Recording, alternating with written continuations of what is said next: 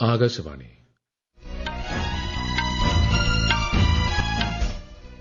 നമസ്കാരം. വാർത്തകൾ വായിക്കുന്നത് സുധീൻ സൈനുദ്ദീൻ.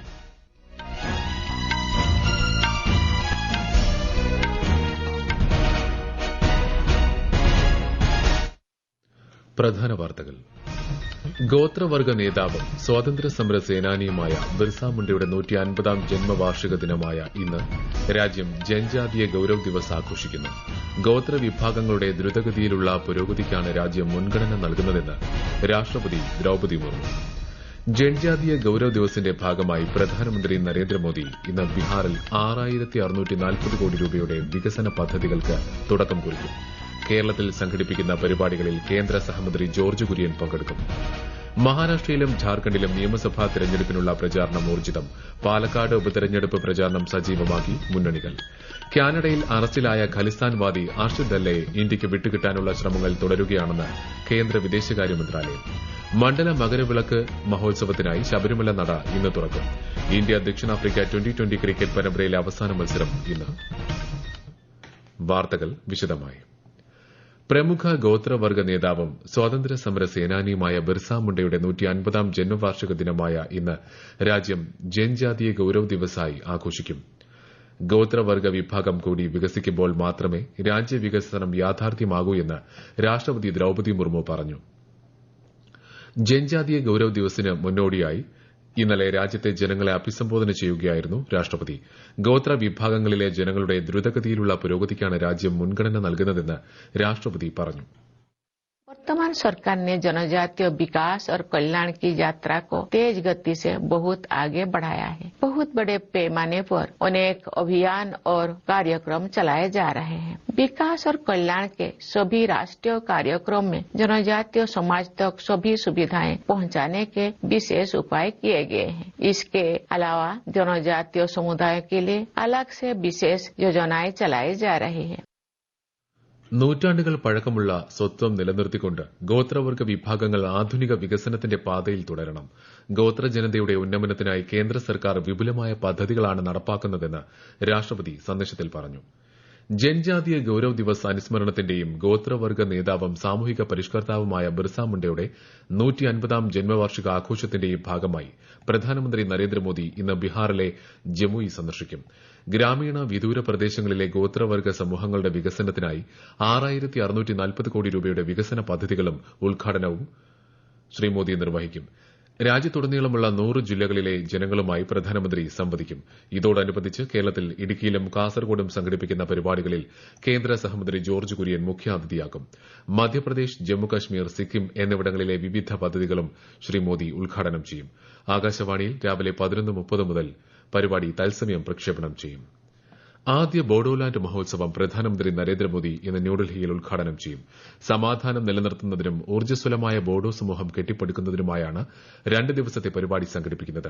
ബോഡോലാന്റിൽ മാത്രമല്ല, അസം, പശ്ചിമബംഗാൾ, വടക്കുകിഴക്കൻ മേഖലയിലെ മറ്റ് അന്താരാഷ്ട്ര അതിർത്തി പ്രദേശങ്ങൾ എന്നിവിടങ്ങളിൽ ഉൾപ്പെടെയുള്ള തദ്ദേശീയ ബോഡോ ജനതയെ സമന്വയിപ്പിക്കുകയാണ് മഹോത്സവം ലക്ഷ്യമിടുന്നതെന്ന് പ്രധാനമന്ത്രിയുടെ ഓഫീസ് പ്രസ്താവനയിൽ പറഞ്ഞു.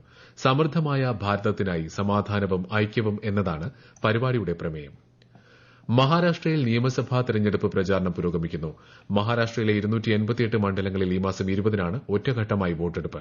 പ്രധാനമന്ത്രിയും മുതിർന്ന ബിജെപി നേതാവുമായ നരേന്ദ്രമോദി ഇന്നലെ ഛത്രപതി സംഭാജി നഗറിലും പൻവേലിലും മുംബൈയിലും പ്രചാരണ റാലികളെ അഭിസംബോധന ചെയ്തു.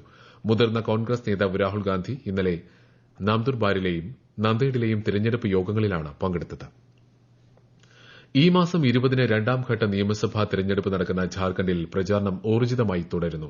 മുതിർന്ന ബിജെപി നേതാവും കേന്ദ്രമന്ത്രിയുമായ അമിത്ഷാ ഇന്നലെ പ്രചാരണ പരിപാടികളിൽ പങ്കെടുത്തു. മുതിർന്ന ജെഎംഎം നേതാവും ഝാർഖണ്ഡ് മുഖ്യമന്ത്രിയുമായ ഹേമന്ത് സോറൻ ദേവ്ഘർ, ബൊക്കാറോ മണ്ഡലങ്ങളിലാണ് ഇന്നലെ പ്രചാരണം നടത്തിയത്.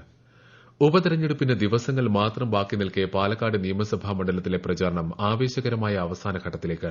മുന്നണികളുടെ താരപ്രചാരകരുടെ നേതൃത്വത്തിലാണ് മണ്ഡലത്തിൽ പ്രചാരണം പുരോഗമിക്കുന്നത്. 2024 ഏപ്രിൽ മുതൽ ഒക്ടോബർ വരെയുള്ള ഇന്ത്യയുടെ കയറ്റുമതി നിരക്കിൽ 7.28% വർധനവ് രേഖപ്പെടുത്തി. ഈ കാലയളവിലെ ആകെ കയറ്റുമതിയിൽ $468.27 ബില്യൺ വളർച്ച കൈവരിച്ചതായി കേന്ദ്ര വാണിജ്യ വ്യവസായ മന്ത്രാലയം പുറത്തുവിട്ട കണക്കുകൾ വ്യക്തമാക്കി. ഡൽഹിയിലെ വായു ഗുണനിലവാരം അപകടാവസ്ഥയിൽ തുടരുന്നത് ഒഴിവാക്കാനുള്ള പ്രതികരണ പ്രവർത്തന പദ്ധതിയുടെ 3ാം ഘട്ടം ഇന്ന് ആരംഭിക്കും. രാജ്യതലസ്ഥാനത്തെ വായു ഗുണനിലവാരം വളരെ മോശം വിഭാഗത്തിൽ തുടരുന്ന സാഹചര്യത്തിൽ ഇന്നലെ ഉപസമിതി യോഗം ചേർന്നിരുന്നു. കേന്ദ്ര മലിനീകരണ നിയന്ത്രണ ബോർഡിന്റെ നേതൃത്വത്തിലുള്ള 3ാം ഘട്ട പ്രവർത്തനങ്ങൾ കൃത്യമായി നടപ്പാക്കാൻ വിവിധ ഏജൻസികൾക്ക് അധികൃതർ നിർദ്ദേശം നൽകി. ഈ വാർത്തകൾ ആകാശവാണിയിൽ നിന്ന്. ആകാശവാണി വാർത്തകളും വാർത്താ അധിഷ്ഠിത പരിപാടികളും all India radio news Thiruvananthapuram YouTube ചാനലിലും at all India radio news Thiruvananthapuram Facebook പേജിലും AIR ന്യൂസ് _ ഇൻസ്റ്റഗ്രാം അക്കൌണ്ടിലും at AIR news _ TVM X ഹാൻഡിലും ലഭ്യമാണ്. ആദ്യ സിഖ് ഗുരുവായ ഗുരുനാനാക്കിന്റെ ജയന്തിയോടനുബന്ധിച്ച് രാഷ്ട്രപതി ദ്രൌപദി മുർമു, പ്രധാനമന്ത്രി നരേന്ദ്രമോദി, ഉപരാഷ്ട്രപതി ജഗ്ദീപ് ധൻകർ തുടങ്ങിയവർ ജനങ്ങൾക്ക് ആശംസകൾ നേർന്നു. സ്നേഹം, വിശ്വാസം, സത്യം, ത്യാഗം തുടങ്ങിയ ആദർശങ്ങളിലൂടെ ജനങ്ങൾക്ക് ധാർമ്മികതയിലേക്ക് നയിച്ച മഹത് വ്യക്തിയാണ് ഗുരുനാനാക്കെന്ന് രാഷ്ട്രപതി സന്ദേശത്തിൽ പറഞ്ഞു. ഗുരുനാനാക്കിന്റെ 555ാം ജന്മവാർഷികത്തോടനുബന്ധിച്ച് രാജ്യത്തിന്റെ വിവിധ ഭാഗങ്ങളിൽ നിരവധി ആഘോഷ പരിപാടികളും പ്രാർത്ഥനാ ചടങ്ങുകളും നടക്കും.